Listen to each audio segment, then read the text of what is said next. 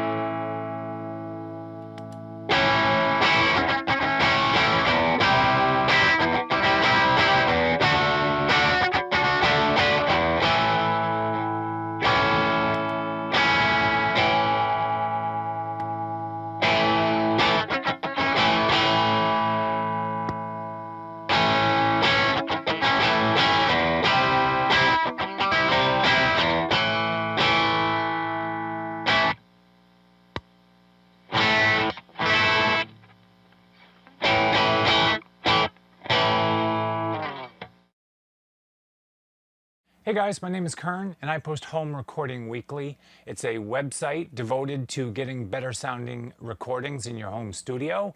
It's also a YouTube channel. I have a Facebook page, a podcast, and every summer I give away thousands in prizes. I award 3 amateur songwriters as winners It's the Home Recording Weekly Songwriting Contest. Again, I do it every summer, and it's currently active right now. So if you're watching this and it's a new post on YouTube, the description is the link is in the description below. Please head on over to Home Recording Weekly and enter your song. It's free. I guess when I talk about compression, I'm like a lot of you. I've come to realize the benefits of using a compressor. Let's focus on when I'm playing guitar, performing in a band, or running sound for a guitar player or something. I mean, compression it's where it's at. And in this video, I explain why it is that I use compression. I use a simple graph, and so let's not get down that rabbit hole. But the compressor that I was using in my guitar rig, a vintage Ross compressor, recently began to fail and became really noisy, and it was working its way into my recordings, and that wasn't going to do. I guess it was breaking down. The components inside the pedal were breaking down, and I had to get it replaced. So I started the search for new compression or new compressor pedal. And I think one of the first places I looked was Lightning Boy Audio, because I've seen their compressors in the past. I've actually owned a Lightning Boy Audio pedal. It was a tube overdrive pedal. Recently I traded it with a friend. I gave it to a good friend. I have first refusal to buy it back, and I plan on doing so if it ever becomes available. Anyway, I went over to Lightning Boy Audio because I know their stuff is boutique quality. It's handmade in the US using military grade spec components, and the guarantees are insane, but it's all tube circuitry, and it's all analog, and it sounds fantastic. So I emailed them and learned they were coming out with a new tube compression pedal very soon, and if I would just hang on and not make a purchase, then maybe I could get one of those. So I waited, but my wait is over. I actually got one of the first prototypes, the Lightning Boy Audio Op-2 or the Op-2 comp pedal. It's it has two 12 AU7 tubes in it. It's all analog, handmade, comes with a 5-year guarantee. 5 years, you know this thing is solid. In fact, Lightning Boy Audio made a video that shows them throwing one of these off a roof onto the road below and then running over it with a vehicle, and they plug it in and it still works. I mean, that's the kind of quality I've come to expect from Lightning Boy Audio. I should say the Op-2 comp runs on 12 volts DC. You know, that's the price you pay for having a boutique compressor. And I wanted to say before I go any further that this is the kind of compressor that if you're a sound person, if you like recording and mixing and stuff, boy, if you have a reamp box, you can run anything through this pedal, and you're going to get analog warmth and just this delicious quality that other pedals and plugins just can't supply you with. I've been tinkering around with my pedal ever since I got it, and I'm just thrilled with the tones I get. Maybe you heard in the intro when I'm kind of muting a little bit, not really playing a chord. It's got this clinky sound to it that I'm addicted to and I love. My last LBA pedal had that too. LBA's Lightning Boy Audio, so I'm just kind of condensing it. Now, I should say, I paid full price for my pedal.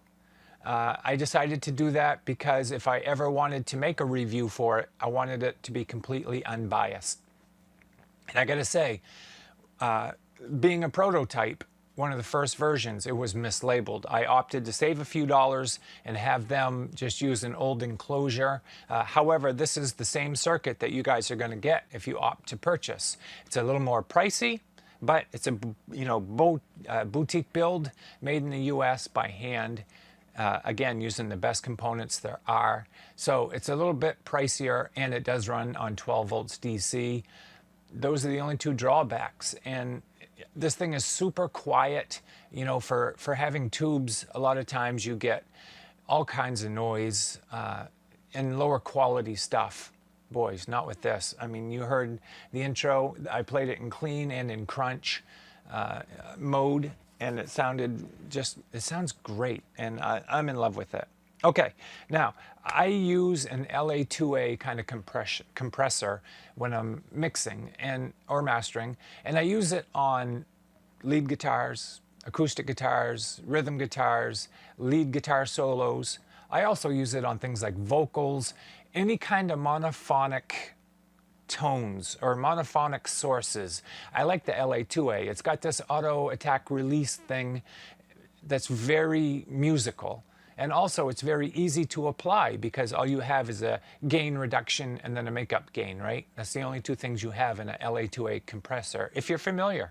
Well, that's what the Op-2 is kind of derived from or based on, is the LA2A kind of optical compression. And this uses a photoresistor in its circuit, so it is an optical compressor. And again, it's tubes. There's two tubes that really do stuff in there.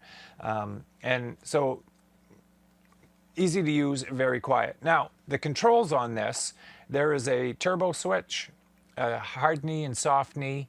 There is I'm looking down at my pedal, excuse me, a compression knob and a makeup gain or volume knob. Now, the turbo is, when it's flicked into turbo mode, you get a little more tube sound, a little bit thicker, maybe a little bit more volume boost, I should say. You get a little more volume out of it. When it's down or not in the turbo mode, it's kind of a more basic tone or more standard tone. It's not as tube enhanced, I guess. And I won't say it's thin, but it's more original guitar tone, and it doesn't have that tube warmth as that clink that I love so much. So I keep mine in turbo because it's, you know, turbo. And then compression, the Op-2 goes from all the way to the left, or all the way in its lowest setting. The compressor is working, but it's very minimal, a very small amount. All the way over to the right, it's darn near a limiter. And I think you heard a little bit of that in the beginning. And I like that because limiting is great for bass and things like that, and especially for vocals, because a lot of times those instruments can be so dynamic that if you're not careful, you can clip the preamps coming in a live sound situation or when you're recording. So I like the fact that this goes from very little compression all the way over to limiting. That's very cool. And hard knee and soft knee, that's once you cross that threshold, that's how the compression is applied. That's my definition, my explanation. On this pedal, they both sound extremely musical. And I was shocked. I keep it in hard knee because it's very hard to hear the difference. They're both so musical and so great sounding. So I prefer the hard knee. Back and forth, it's not much of a difference to me, although you can hear something going on.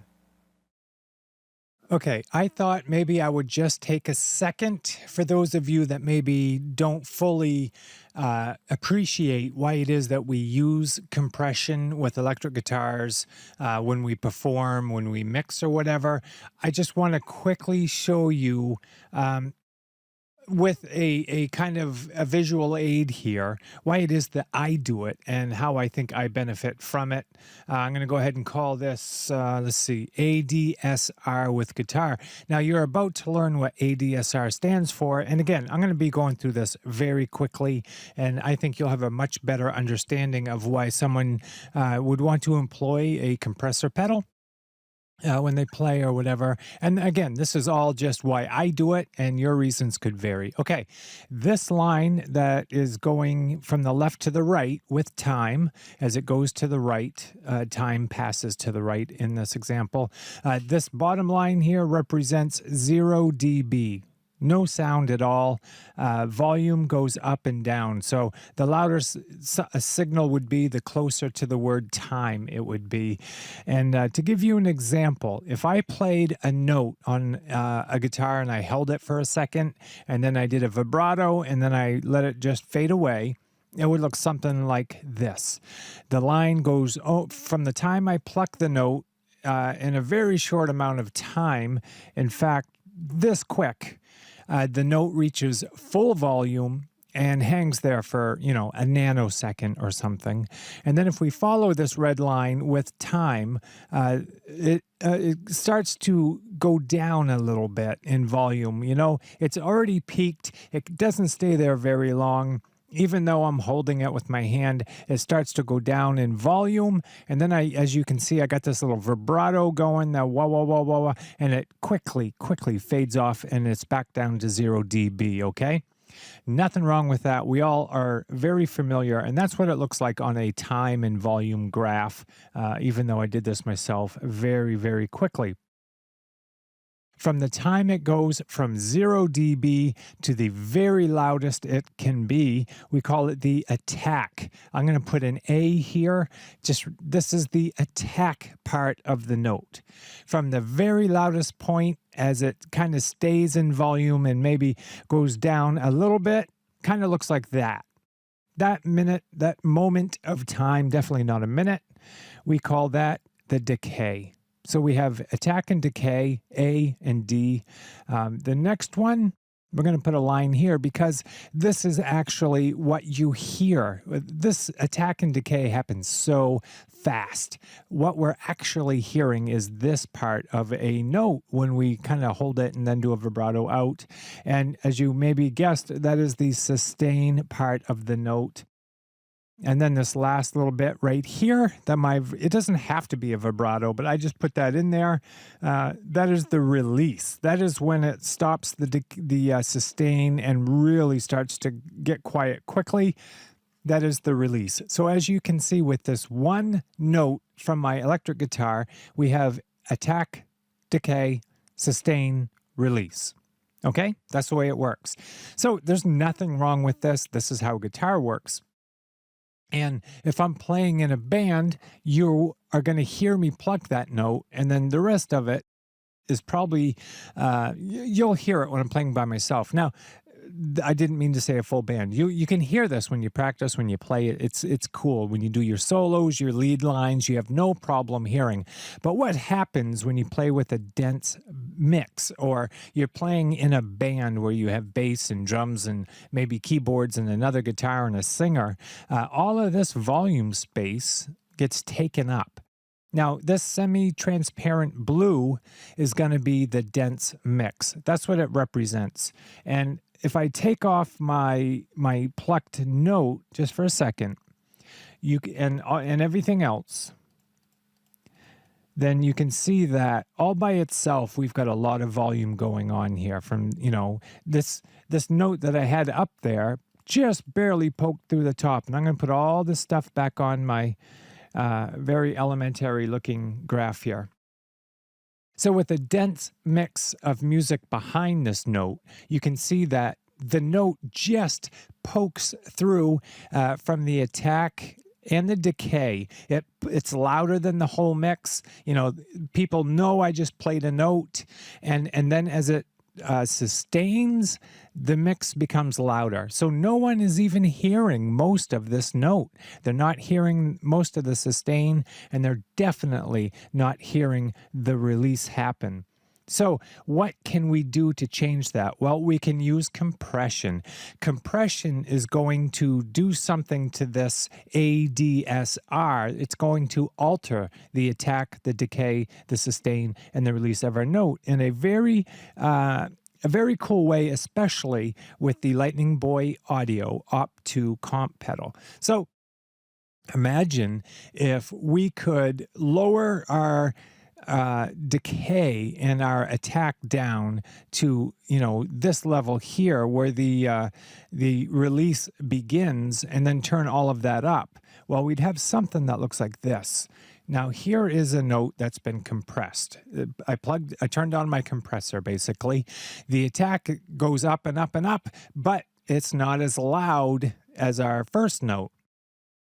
The attack of the compressor grabbed it when it hit the threshold, and it didn't let it get any higher. And then the sustain is the same. And then, of course, it's supposed to be the same. My, the vibrato and fade out is about the same. Now, there are release settings in this compressor. So it is, the compressor grabbed that note quickly and it did hang on to it. But this is what our new note looks like. So some people might be saying, well, it's not even cutting through the dense mix. No one's even going to hear that note at all. Well, compressors have makeup gain. What they have is a volume knob, just like the LBA Op-2 comp pedal. There's a volume knob. Now that we've made our note quieter, but we've, lowered the attack, we've increased the sustain a little bit, but now it's too quiet, so we need our makeup gain. So our note, if we turn up our makeup gain, as you can see, I brought it up just this little bit. So what happens now is the exact same note, it pokes up through the mix, and it stays in the mix all the way through the decay and the sustain, and then it starts, as I do the vibrato and out, it starts to come down in volume. So when you hear people say, I use compression because it gives me sustain, well, it does, but usually what it does is it weakens your attack, and it basically allows you to turn it up your squished dynamics, your ADSR. Those are dynamics of a note.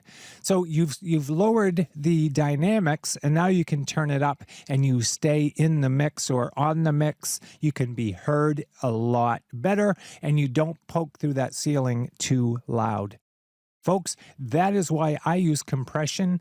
I think it's a beautiful thing. It's a squishy, cool feeling when you play it.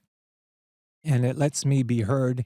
Even when I'm mixing and doing music, this is what I aim for with bass and vocals and lead guitar and lead lines and things like that. I don't want that attack to poke through too much and be distracting, and yet I want the whole note or chord or whatever. I want it all to be present in the mix and be heard, but not be distracting. And this is how we do it with very, just an easy to set up compressor pedal will do it if you're a performer, and a LA2A style compressor is perfect for this kind of thing. If you're mixing or you're tracking and you don't have a compression pedal, then definitely this is what we're going for. So the only way I could think to explain this to you guys is to do this quick graph, and I hope it was easy to understand and not even more confusing. Okay, what happens when you're playing in a live band situation and you don't have a compressor pedal, or you do have a compressor pedal, right? That's the stuff I want to talk about. Now, this video recording software is really hogging up my resources, so you'll have to deal with a couple of clicks and pops here in this one little section. I've tried to do everything, but there's no solution that I can think of. What I have here is just a piece of music. It's drums, bass, keyboard, I think 4 guitars.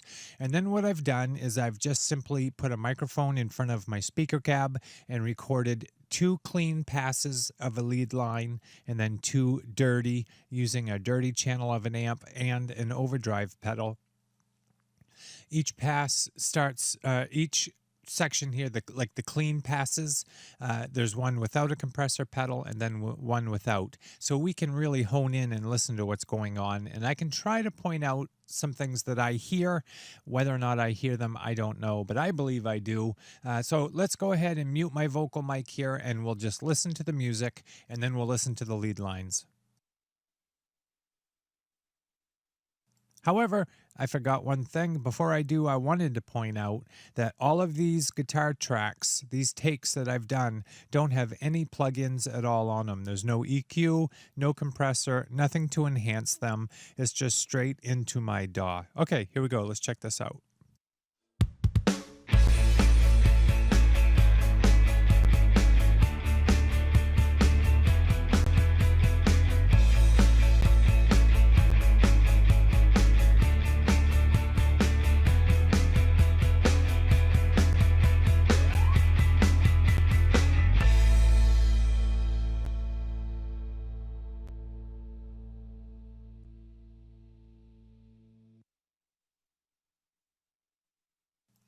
As promised, it had its pops and clicks in there. I mean, it bothers me so much, but there's nothing I can do but apologize. Okay, Let's listen to the first one. Now, this is a lead line. I played clean, no compression at all. Now, remember when we talked about the attack, the decay, the sustain, and the release? With the clean, the dirty not so much, but definitely this track and the one under it. This is clean with no compression. This is clean with compression. If you look at the waveform, then you can actually see what I'm talking about. That part is the attack, and it's louder than the rest of the signal here. And then this part here is with compression, and the attack is not as pronounced. And the sustain part is definitely a lot louder than the sustain part with no compression. So the note sounds at a one level and then kind of rings and stays true at that level, while this one, without any compression at all up here, it pokes through the dense mix but then quickly goes away. Okay, let's listen to the first lead line. Again, this is with no compression and it's clean.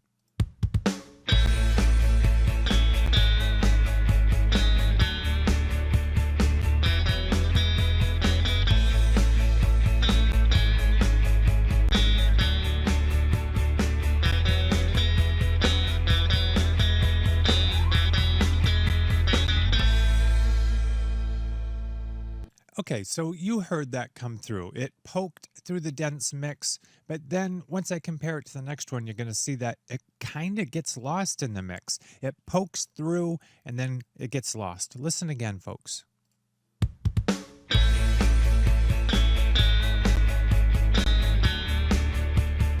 Right, okay, let's listen to the compressed version. I'm just going to unmute it, and here we go.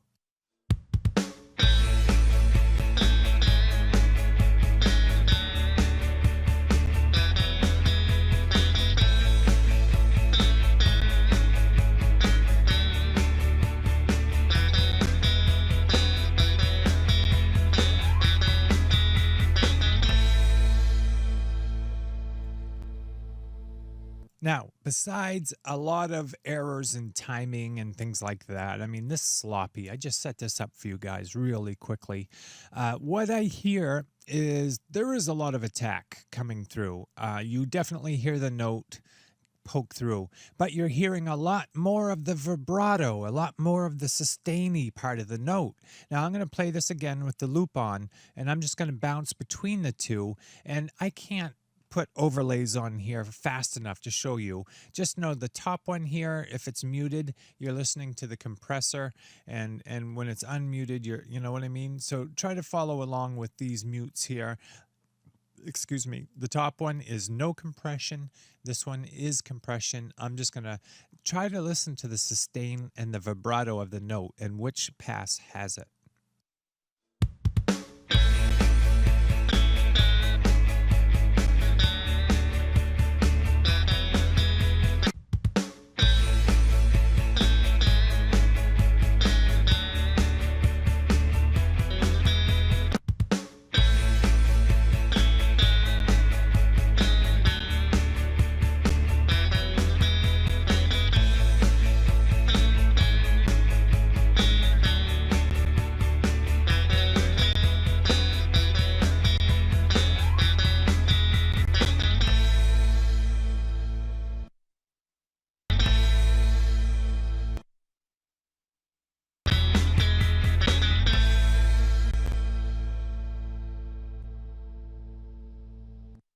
Okay, I just wanted to listen to that last note and see if it was a big difference. Let's listen to these in solo and see if we can hear any kind of a difference. All right, let's do that.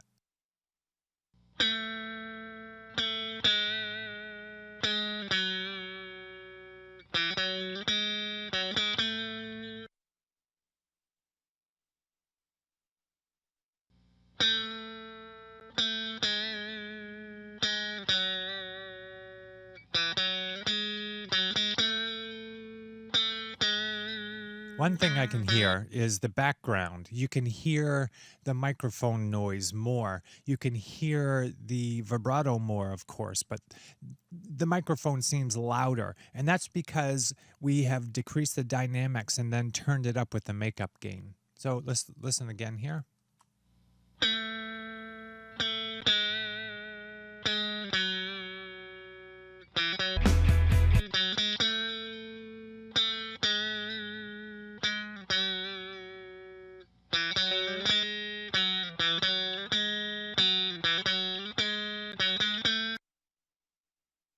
All right, let's listen to this part right here real quick, and I'll switch between the two. I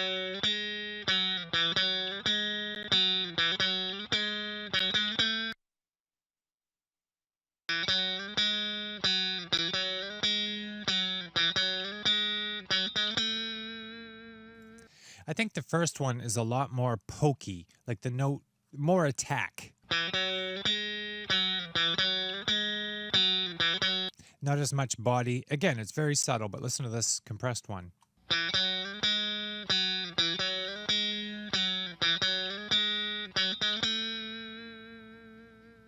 So we are reducing the attack. We are reducing the attack and we are increasing the sustain. It's a very slight thing, but it can be the difference between you kind of poking through the mix once in a while or you being part of the band and being heard well. Okay, next, overdrive, dirty channel of the amp, no compression.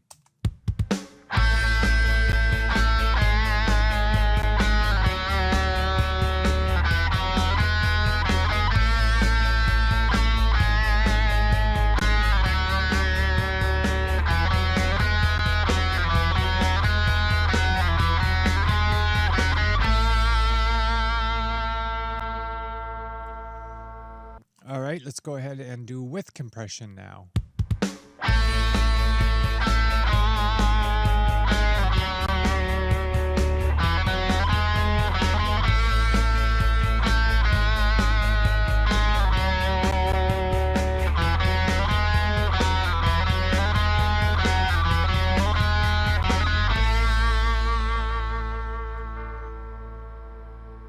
Okay, that was more of a difference than I thought I would be able to hear. The note just has less attack and it sustains longer. You can rewind the video and go through it again. I'm not going to keep hassling you by doing it again and again and again, but the difference was very recognizable to me. I could tell a big difference in the two, and I didn't think I could, but I could. You could hear the note holding longer, and even the vibratos were louder, and you just were generally heard a lot better. Now, one more thing I want to show you with these tracks is I want to make them bigger for you, and then that way we can maybe compare and contrast what the actual waveforms look like, and then I'm going to get back to the pedal demo and see if this is going to be any help at all. I haven't done this yet, but I just wanted to see. Again, this one that's high-lit now is no compressor, and you can see here's the loudest part, and then it quickly goes down. And then this one here is the compressed. The attack part is not as loud. The first part of the note not as loud, and yet it has more volume throughout the body.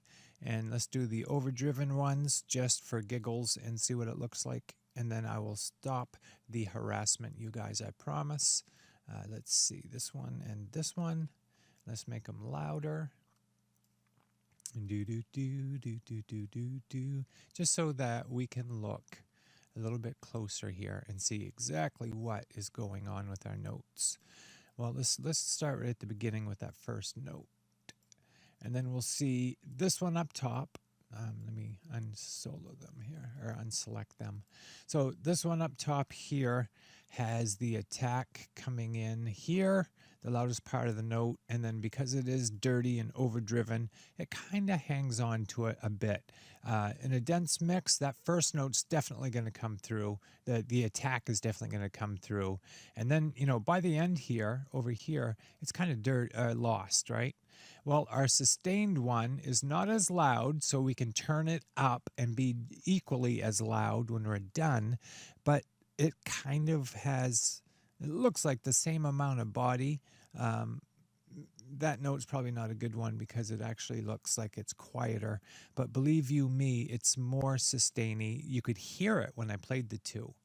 Well, I hope that kind of helps explain what it is I'm talking about. I know this is a crazy kind of review. I'm supposed to be playing a pedal for you and just twisting knobs and showing you, but I wanted to give you more than that. I mean, you can get that anywhere.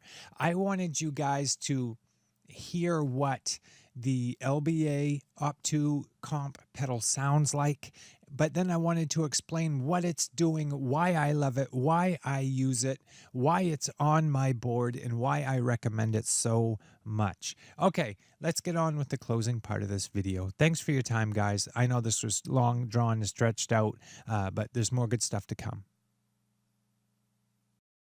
So in closing, I would argue that a compression pedal will help you to not really cut through, but to stand out in a dense mix. It'll even out your attack and your sustain, as we learned from the little insert I made for this video.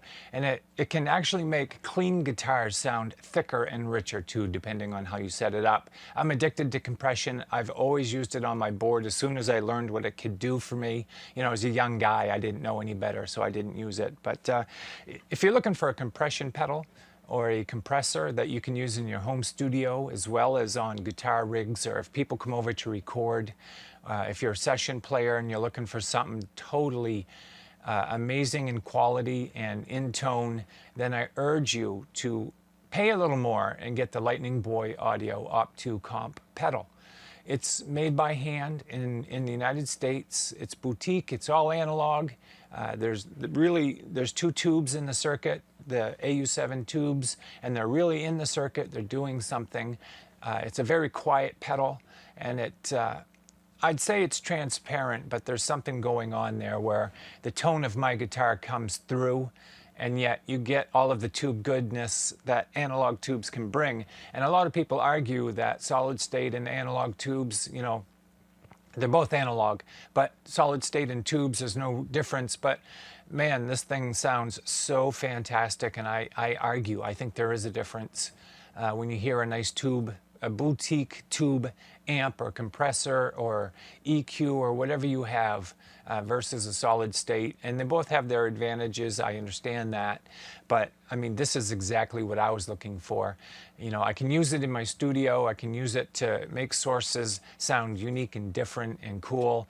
And now I have a tube compressor that is a fraction of the price of a you know, boutique rack mount tube compressor.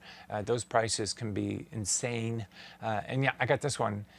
You'll have to get a reamp box if you want to use it on snares and kicks and vocals and things like that from your DAW.